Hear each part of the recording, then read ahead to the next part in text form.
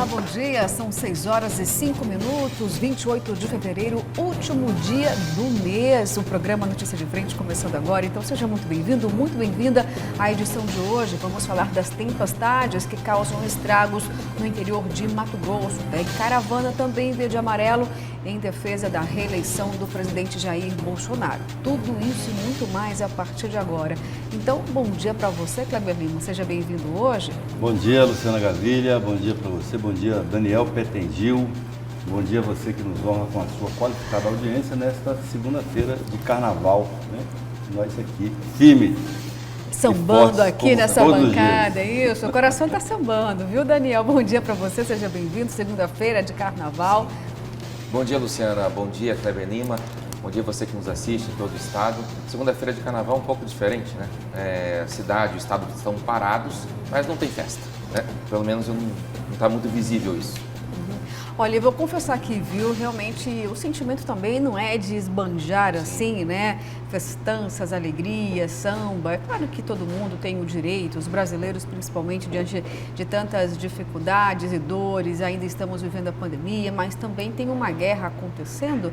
Muitos outros países aproveitaram, né, a população acabou aproveitando para poder prestar aí homenagens e também reivindicar o fim desta guerra sangrenta, injusta, considerada por grande parte das nações, né? E o brasileiro realmente não todos aproveitaram a festa, né? Proibida as festas públicas em todos os estados praticamente, festas isoladas, particulares, mas a humanidade está atravessando novamente muitas dores, muitos problemas, inclusive alguns desdobramentos já entre Rússia e Ucrânia. Hoje vai ser um dia histórico, né, Daniel, Kleber Lima, na ONU.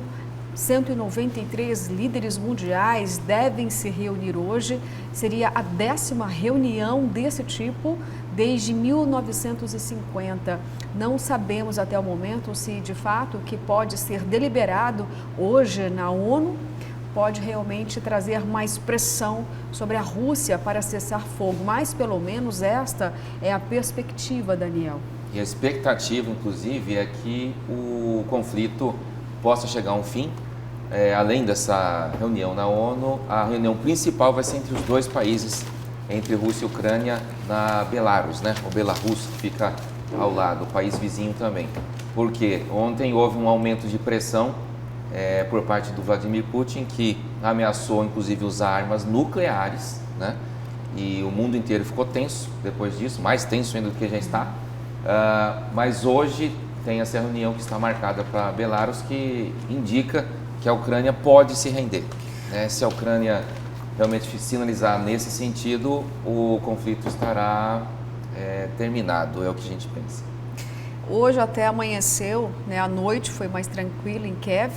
Acreditamos que por esses dois motivos mesmo, viu, Daniel e Kleber Lima, pelo fato de que vai haver essa reunião com 193 líderes e o fato também de ventilar que possa realmente acontecer um acordo entre essas duas nações. Então, portanto, foi uma espécie de tratado, uma calmaria, digamos assim, não uma trégua, mas apenas uma calmaria para que realmente tivesse um ambiente mais salutar, talvez, para o encontro da delegação da Ucrânia. Realmente a Ucrânia está cercada. Eu quero chamar a atenção para a disparidade do poderio militar entre as duas nações. Um fato apenas, são 196 mil soldados ucranianos contra 900 mil russos. O que mostra a covardia, né, dessa guerra. É uma guerra de anexação, é uma invasão, quer dizer, o país é invadido, vilipendiado, pilhado e ainda tem que se render. A exigência é essa. Então, assim, o Putin tenta reconstruir uma União Soviética de direita, esse é o fato. Esse é o fato, ele tenta reconstruir aquele enorme bloco de território, de países, de minérios, né? Não é em vão a guerra visa ter esse controle dos minérios, do gás, combustível, naquela região toda da Europa e Ásia, e para poder enfrentar o mundo. Ele é uma pessoinha de pequena estatura física e moral, né? O Putin, na verdade é essa. É um ditador da KGB. Exatamente. É um ditador de direita e com ares de modernidade. Esse é o conceito dele, né? Ele como Financeiramente imperialista. muito poderoso também, né? Financeiramente muito bélico, poderoso, né? bélico Que é também. Você imagina o Xi Jinping lá da Coreia com o poderio bélico do Putin. O mundo já tinha sido destruído, né? Umas 3 vezes. Umas 3 vezes. Pelo menos. E um alívio para os brasileiros no momento, porque até a semana passada, os familiares, né, de pessoas que estavam brasileiros residindo na Ucrânia, estavam desesperados, sem muita perspectiva de conseguir fazer com que esses brasileiros deixassem a Ucrânia. Mas até o momento já 400 mil pessoas, entre mulheres e crianças, conseguiram sair da Ucrânia. Tem brasileiros também. Então mudou pelo menos um pouquinho o cenário, um alívio momentâneo, digamos assim, para os brasileiros que aos poucos estão conseguindo chegar até a fronteira por diversas regiões. A principal rota de fuga para eles é a Romênia, né? Romênia é uma das rotas de fuga, são pelo menos umas 3 rotas e a Romênia é um importante roteiro aí para conseguir deixar a Ucrânia. Mas o momento ainda inspira todo o cuidado. Vamos torcer aqui até orar, né, digo eu, para que realmente hoje tenhamos novos desdobramentos que possam caminhar para a paz mundial. Depois, na hora da gente checar os tweets, parece que ontem o presidente Jair Bolsonaro se manifestou dizendo que 2 aviões da FAB vão buscar esses brasileiros na Romênia. Né? Então Romênia. A gente precisa checar essa informação para que as famílias dessas pessoas fiquem mais tranquilas. Né? Com certeza. Essa foi a cena mais chocante que eu vi até agora da guerra.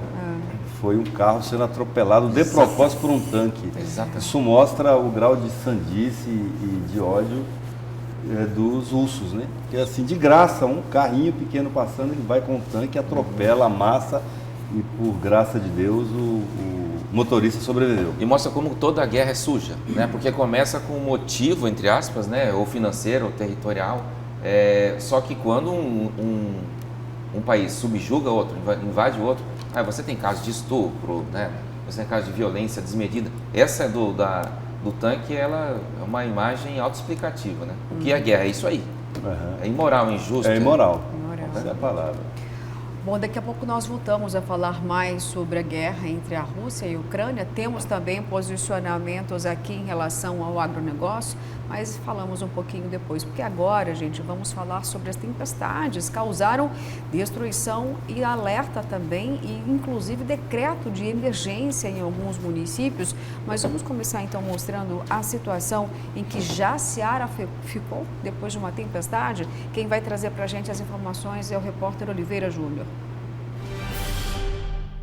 Imagens registradas por moradores da cidade de Jaciara, na região sul do estado, a apenas 120 quilômetros da capital, mostram os estragos provocados por uma forte chuva que caiu na cidade no começo da noite de sábado. O temporal, que durou cerca de 20 minutos, acabou derrubando a parte da cobertura de acesso ao estádio Márcio Cassiano, na cidade de Jaciara. Por sorte, não havia ninguém no local e não houve feridos. Moradores com os quais nós conversamos por telefone relataram que a chuva veio de repente por volta das 18h30 de sábado, com ventos fortíssimos, e arrancou várias árvores, danificando telhados de muitas casas. A cidade ficou por um período breve de tempo sem energia elétrica devido à queda de postes de fiação. O serviço foi restabelecido no mesmo dia, mas o temporal deixou os moradores bastante assustados. Como você vê nas imagens, a força do vento arrancou a cobertura, a estrutura metálica de acesso ao estádio Márcio Cassiano. Não houve feridos, mas esta tempestade apenas confirmou a previsão do Instituto de Meteorologia, das autoridades, que haviam previsto temporais com ventos fortes para várias cidades do estado neste feriadão de carnaval. Com imagens de Roberto Garcia Oliveira Júnior para o A Notícia de Frente. Obrigada, Oliveira. Imagens impressionantes, né? Parece papel, toda aquela estrutura, um vento forte, né? Já anunciado aí. Sim. A possibilidade disso acontecer na sexta-feira, sábado foi se intensificando e, de fato, aconteceu, uma tempestade, mas não foi o único município atingido não, viu? Também estragos em Jauru. Quem vai trazer para a gente as informações agora ao vivo é o repórter Antônio Carlos Silva. Já temos imagens do Antônio para contar para a gente sobre os estragos no município também do Jauru. Tempestade lá no interior. Antônio, bom dia para você, para sua equipe. Conta para a gente qual é a situação no momento deste município. Bom dia também a você acompanha a notícia de frente. Jauru, município que fica a 425 quilômetros de Cuiabá, também sofreu com as chuvas de fevereiro. Elas danificaram obras de infraestrutura pública, alagaram diversas residências e áreas rurais e danificaram pontes de acesso a comunidades rurais. Estima-se que 800 famílias, ou melhor dizendo, 200 famílias ou 800 pessoas foram atingidas pelas chuvas em fevereiro no município de Jauru. Além dessas pessoas, também produtores rurais, principalmente no trabalho deles de escoamento da produção e também de venda do gado. A Prefeitura de Jauru tomou providências, mas as chuvas impediram que essas providências solucionassem os problemas, chegando inclusive a destruir as obras paliativas. Por isso, o prefeito do município, o Passarinho, do PSB, decretou situação de emergência em Jauru para captar recursos para consertar os prejuízos. Daqui a pouco a gente volta ao vivo aqui na Notícia de Frente com outras informações. Até já. Até já, Antônio, obrigada, viu, pelas informações falando sobre a tempestade que abateu Jauru. E vou reforçar aqui como as comunidades rurais sempre são atingidas, né? Com queda de pontes. Por quê? Falta de infraestrutura adequada, Kleber Lima. Uma ponte de madeira, vem uma tempestade e aí acaba sendo destruída, leva embora a enxurrada e as comunidades ficam praticamente ilhadas. Muito sofrimento para o homem do campo. Sabemos que existe aí um programa já em andamento da substituição de pontes de madeira por concreto, mas olha a realidade de muitos municípios de Mato Grosso. A realidade, e esse ano me parece que a chuva atingiu regiões que não era de costume, né? Essa região ali de Jauru, Rio Branco, Mirassol, eu não tinha notícia de enchentes e alagamentos por aquela região. Aqui mais para baixo, em Cáceres, que é Pantanal, ali tudo bem, né? Já era uma coisa mais corriqueira, inclusive assim, o maior bairro hoje de Cáceres é um bairro que você tem dificuldade até de pavimentar, porque é muito úmido o local, né? Mas lá para cima não, eu não tinha ainda notícia disso. E aí, nesses casos, quando não é traço, característica do lugar ter esse tipo de ocorrência, às vezes o poder público até demora mais mesmo para tentar prevenir, né? Porque não tem esse risco iminente, né? Quando são todos pegos de surpresa, infelizmente. Agora, linha de regra, você tem razão, Luciana. A gente ainda precisa, em Mato Grosso, substituir muita ponte de madeira por ponte de concreto. E a ponte de concreto em relação à de madeira, você faz um grade melhor, se ela está mais alta, você tem que fazer, né, uma elevação, porque ela é uma ponte mais definitiva, ela não pode ser, né, substituída, ela não é feita para ser substituída a curto prazo. Não é uma medida paliativa, é uma intervenção a longo prazo, permanente. Né? Exceto algumas que foram feitas num programa de pontes aqui na Baixada Cuiabana, ainda no governo do Dante, que eram pontes muito estreitas. E aí só passa um carro por vez, né? Quando ainda, por exemplo, daqui para Barão de Melgaço tem duas pontes dessas. Uma aqui, logo que você sai de Santo Antônio, perto de uma comunidade chamada Barranco Alto, e outra sobre o rio Aricá, que já na Barra do Aricá, quando o Aricá deságua no Cuiabá, né? Que foram pontes feitas para passar um carro só. São até extensas, compridas assim, mas estreitinhas, passa um carro por vez. Porque na época não tinha tanta demanda assim, a estrada era de chão. Já passou da hora dos atuais governos que sucederam ao Dante, que depois o Blairo asfaltou, então isso aumentou muito o fluxo de veículos ali. Tem um outro asfalto que liga lá o Porto de Fora à BR-364, então isso aumenta mais ainda a demanda e o fluxo de veículos, então precisa aí alguém fazer a outra metade da ponte. Né? Ligação para Nobres também tem essas pontes. Para Nobres também tem. Pelo menos duas. O O que me chamou a atenção em relação a Jaciara, além do desabamento do estádio, o estádio que foi usado pelo futebol profissional por muito tempo. O Grêmio Jaciara mandava os jogos lá do Campeonato Estadual. Foi o alerta que a Energisa fez após a tempestade de que cabos de alta tensão ficaram soltos aí nas vias públicas e, portanto, tinha essa possibilidade, esse risco de choques, né, e de algum acidente mais grave, além dos próprios prejuízos que a tempestade causou ali no sul do estado. Tá certo, gente. Bom, agora vamos então para Sinop, porque teve caravana verde e amarela em apoio à reeleição ao presidente da República, Jair Bolsonaro. Vamos então acompanhar na reportagem os detalhes sobre a caravana. Pois é, Luciana, a caravana verde e amarelo teve início neste final de semana em Sinop, com a presença do senador Wellington Fagundes, do PL. Na oportunidade, o prefeito de Sinop, Roberto Dorner, reforçou a pretensão de Wellington Fagundes concorrer à reeleição ao Senado no pleito do final deste ano e não ao governo do estado, como alguns setores defendem. Na oportunidade, foi destacado ainda que o presidente Jair Bolsonaro poderá vir a Cuiabá na data da final desta caravana verde e amarela. Os políticos bolsonaristas estão com essa expectativa para a visita do presidente. A comitiva da caravana começou a viajar o estado na sexta-feira, lá em Sinop, liderada pelo empresário Reinaldo Moraes, o Rei do Porco. Até o fim de abril, a caravana pretende percorrer todo o estado. Na oportunidade, o Wellington Fagundes falou sobre a campanha em defesa da reeleição do presidente Jair Bolsonaro. Já está refletindo hoje nas pesquisas. Após essa organização, a própria população enxergando que o presidente agora tem um partido, que tem estrutura, que terá condições de tocar uma excelente campanha, ele já começou a crescer nas pesquisas. E nós do PL, que somos o terceiro partido na Câmara dos Deputados, com 43 deputados, claro que queríamos, namoramos muito, noivamos muito tempo e fizemos um excelente casamento para o PL e, acima de tudo, para o Brasil, e nós vamos fazer também aqui para Mato Grosso, com mais oportunidades, com mais desenvolvimento e, principalmente, trazendo acima de tudo, como o presidente Bolsonaro sempre fala, a valorização da pátria, Deus no coração de todos nós e a construção da justiça social. Já Roberto Dorner defendeu a reeleição de Wellington para o Senado. Confira. O Wellington Fagundes, como sempre, ele é uma pessoa presente no nosso município, tem trazido grandes verbos para cá e nós esperamos que, se ele reeleger, vai continuar trabalhando, porque ele sempre mostrou um bom trabalho com o nosso 5 vezes deputado federal, senador da República.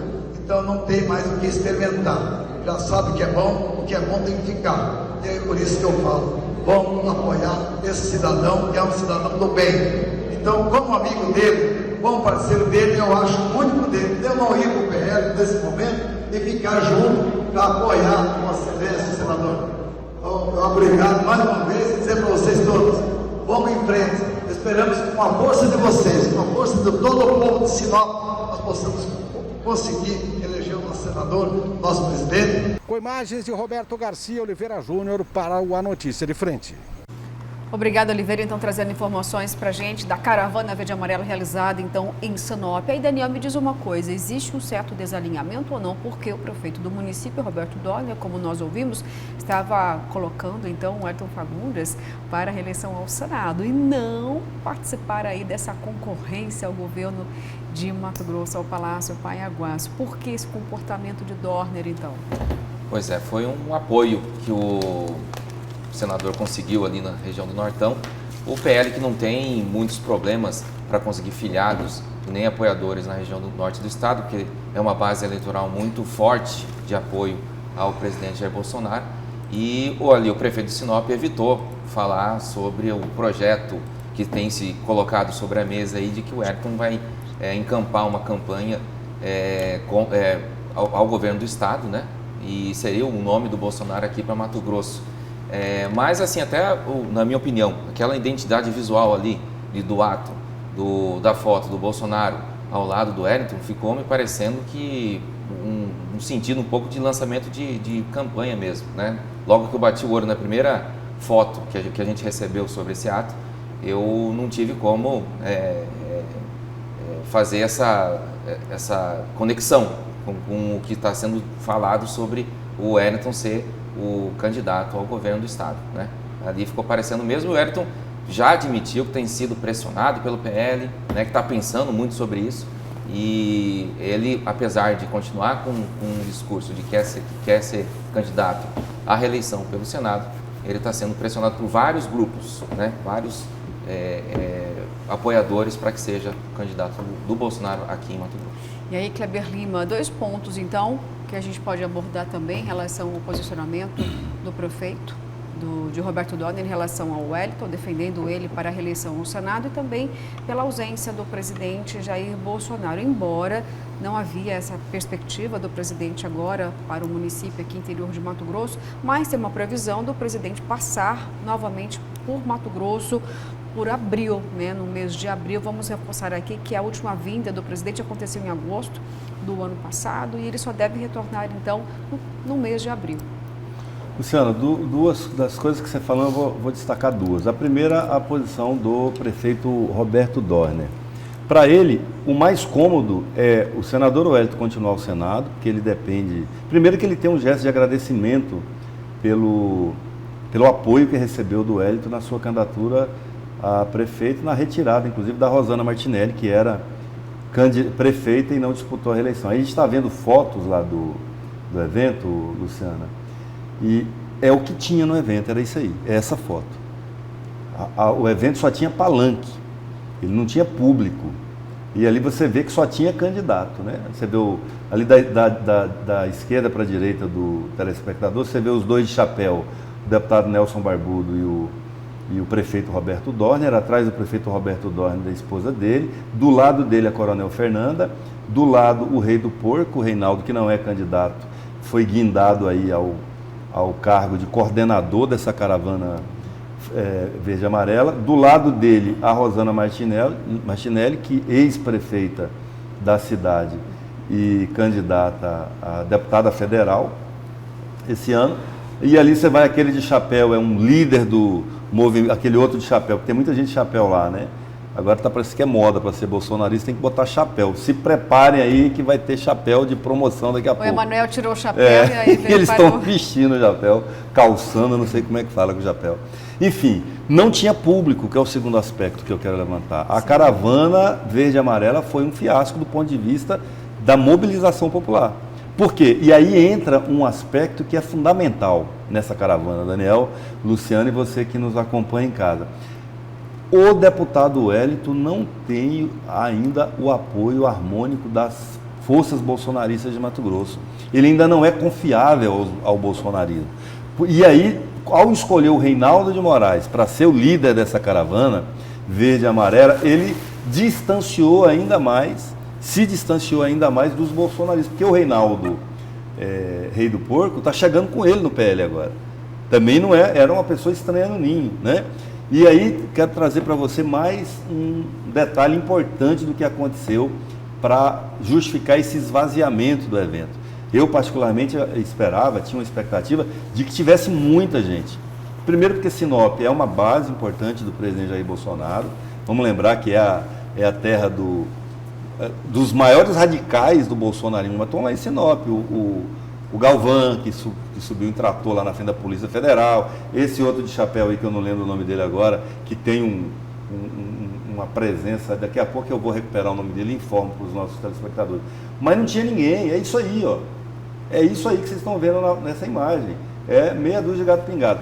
E aí, o que é para piorar tudo, Luciano e Daniel, a deputada Janaína Riva esteve rapidamente lá no evento na sexta-feira, isso foi sexta-feira à noite, tinha ninguém. E no sábado, os grandes eventos que aconteceram, aí já não era para todo mundo, era só para ela e para o senador Wellington. Isso gerou uma revolta muito grande nos demais deputados e candidatos a deputado estadual da aliança, do bloco, porque eles viram claramente uma tentativa de manipulação da caravana em benefício apenas da nora do senador Wellington. O que já não estava bom, ficou muito pior. Segundo as minhas fontes, boas fontes bolsonaristas que eu tenho muitos amigos bolsonaristas que estavam lá nessa caravana. Isso, e a presença da Janaína como representante do MDB, né? Também, que nem da coligação nem da coligação realmente. Então, os candidatos que estão aí na fila viram que foi uma presença bastante inadequada da deputada ali, porque o Wellington tem sentado para conversar com todo mundo, né? Mas tem se aproximado cada vez mais, por exemplo, de algumas alas do União Brasil, do antigo DEM, né? Com o Botelho, com os Campos, e dando a entender que pode formar uma nova chapa aí com a presença deles. Mas ali, o MDB aqui em Mato Grosso, que também é bastante heterogêneo, né? Quero destacar aqui, por exemplo, a fala do deputado Dr. João sobre o Emanuel Pinheiro, né? Que o Emanuel Pinheiro falando sobre a possibilidade de ser um plano B do partido para o governo do estado. O Dr. João já disse não, ele não tem densidade eleitoral fora de Cuiabá, né? Da Baixada Cuiabana, não tem essa possibilidade, ele não participa das reuniões do partido, é convidado, mas não participa. Então, tem algumas alas muito diversas dentro do MDB e também é um partido que não caminha na mesma direção sempre aqui em Mato Grosso. Mas que já tem uma definição esse ano, segundo a cúpula, para governador e para senador. Sim. E não é o Wellington, né? O MDB já está pré-definido para a reeleição do governador Mauro Mendes e para a candidatura do Neri Geller. O PMDB, o PSD e o PP foram ao governador, inclusive no ano passado, para dar essa garantia. Nós já definimos aqui. E aí o seguinte, o que estava se esperando era ver se o Otaviano Pivetta ia de fato aposentar, ou se ele ia... Porque agora, recentemente, na semana passada, por exemplo, 2 semanas atrás, antes do governador viajar, Daniel, teve uma movimentação do Pivetta querendo voltar a ser candidato a senador. E esse grupo foi ao Mauro Mendes, Pivetta perdeu a vez. Sim. Ficou muito tempo aí pensando e nós já definimos. Se o candidato do senhor governador for o Pivetta, nós vamos só com o senhor, não vamos com o Pivetta, porque nós já temos que é o Neri. Então, a Janaína, ou ela vai ser autorizada a apoiar um candidato que fora da aliança do partido, como aconteceu já na eleição de governador, ela não apoiou o Mauro Mendes para apoiar o Sogro, você lembra disso? Né? Ou ela vai acabar saindo do MDB. O fato é que ela hoje é um problema para o Wellington nessa aglutinação dos outros candidatos. Estava lá o Eliseu Nascimento, que não foi, Unicim, o nome da universidade que eles foram lá no sábado. Estava assim de gente, de povo, a ufa de povo, ao contrário da caravana. E lá quem que tinha de candidato? Só a Janaína. Aí podem dizer, mas foi ela que articulou, mas no mínimo não pegou bem. Você fazer agendas paralelas, uma que dá certo, uma que não dá certo, que não vai ninguém. Que era a principal. Que era a principal, sim. O pretexto para todos terem ido a Sinop. Você percebe, Luciana? Era a Caravana Verde e Amarelo, o lançamento desse movimento em prol da reeleição do Bolsonaro em Mato Grosso e, claro, também da eleição ou reeleição do Wellington, né? Isso é pré-campanha, até aí é permitido. Se não pedir voto, se não falar em número, acaba passando. Mas não vai ninguém nesse evento. E no dia seguinte... Aí está um evento lotado que só vai a deputada e isso vai fazer cair ainda mais os a parca cabeleira do senador Wellington. Ele falou, e aí, Daniel, Luciano, pode falar, de pré-campanha, praticamente todos os deputados aproveitaram o carnaval, não para descansar, ir para a praia, viajar. Quase todos estão no interior, em suas bases eleitorais ou em outras bases, né? Se a pessoa for de Cáceres, já está em Tangará e por aí vai. Para tentar já massificar, né, o nome desses deputados para a reeleição. Todos estão aí com bloco na rua. Eu também quero destacar uma pessoa que está fora da Assembleia por enquanto, mas que pleiteia muito uma vaga lá, que é o ex-senador, ex-governador Júlio Campos, que também esteve no sábado em Santo Antônio do Leverger, foi lá apertar, distribuir apertos de mãos e abraços, né? Foi lá junto da comunidade de Santo Antônio, também já dizendo, ele já admitindo que é um candidato a deputado estadual para 2023. E você sabia que o Júlio Campos é o campeão mundial de velório de Mato Grosso, né? Como assim? Campeão de velório, assim, a pessoa que mais vai a velório em Mato Grosso. Por isso que eu falo campeão mundial de Mato Grosso, porque não tem ninguém que vá tanto a velório em Mato Grosso como o Júlio. Isso é dele. Ele sempre foi. Agora que é campanha, pré-campanha, o velório que ele não pode ir porque está no mesmo horário, ele manda um representante. Eu estou aqui chorando em nome do Júlio Campos, que mandou dizer que era muito amigo do falecido. É assim que é. E funciona, viu? E funciona porque há um entendimento aí filosófico, Luciana, que a pessoa lembra mais na dor do que na alegria, né? Da solidariedade, do gesto de solidariedade. Então, não é assim tão sem razão que políticos, sobretudo políticos raiz como o Júlio Campos, não falta um bom velório de jeito nenhum. Batizado. O batizado é alegria, né? Lembra menos, mas vai mais a velório. Mas nessas reuniões familiares menores, eles estão sempre presentes. Tá certo, gente. Daqui a pouquinho voltamos a falar sobre isso, porque o Daniel deu uma pincelada aqui, lembrando que alguns deputados aproveitaram o carnaval para fortalecer suas bases, tá? Isso aconteceu com pelo menos 10 deputados, mas daqui a pouquinho a gente traz, então, qual foi o destino aí, as atividades de alguns deputados aqui da AL durante esse período carnavalesco. Porque agora eu vou novamente chamar ao vivo o repórter Antônio Carlos Silva, porque tem suspensão de licitação, viu? Ou melhor, suspensões, porque envolve os municípios de Cuiabá e Várzea Grande. Agora quem vai explicar para a gente essa história novamente é o repórter Antônio Carlos Silva, que volta aqui conosco. Que história é essa, Antônio? Suspensões de licitações nos 2 municípios?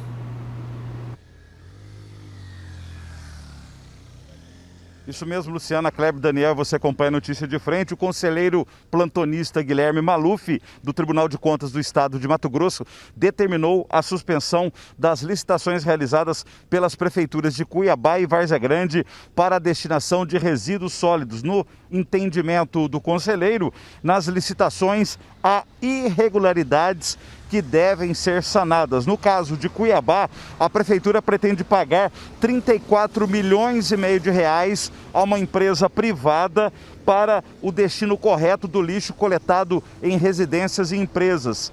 Para o conselheiro Maluf, faltou planilha de composição do custo do serviço e é curto o prazo entre a publicação e a abertura do certame, tanto que só uma empresa participou da licitação, causando desvantagem ao município no entendimento do conselheiro. Já em Várzea Grande, para Guilherme Maluf, há vícios na formação do preço de referência, como também a restrição à participação no certame. A licitação de Várzea Grande é sobre apenas a destinação de resíduos, não contempla o transporte de dejetos até o aterro, o que exigiria uma nova licitação. O entendimento do conselheiro Guilherme Maluf sobre Cuiabá e Várzea Grande, sobre o cancelamento desses certames, ainda precisa ser analisado pelo pleno do TCE, ou seja, pelos outros 6 conselheiros do Tribunal de Contas do Estado. Até o momento, a gente não tem um posicionamento das 2 prefeituras de Cuiabá e Várzea Grande sobre esta suspensão do certame na área de coleta de resíduos sólidos, determinada aí pelo conselheiro plantonista Guilherme Maluf. Luciana, Kleber, Daniel, é você que acompanha a notícia de frente. Um ótimo feriadão. Um ótimo feriadão, viu? Vamos continuar aqui trabalhando, sambando aqui nesta bancada, gente. Samba de informações, hein? Olha só, o tempo avançou, são 6 horas e 38 minutos. Eu vou para intervalo, mas daqui a pouquinho voltamos com muito mais. Enquanto isso, ficamos com imagens de uma avenida daqui da capital. Vamos diretamente, então, agora saber como está a movimentação no trânsito. Deve estar bem tranquilo, né? Por conta dessa segunda-feira de carnaval. Vamos então ter imagens agora do trecho da Avenida Miguel Sutil aqui na capital. Tranquilo ainda e deve continuar assim ao longo do dia, porque muitos não estão trabalhando, diferente de nós, viu, gente? Olha, voltamos daqui a pouquinho.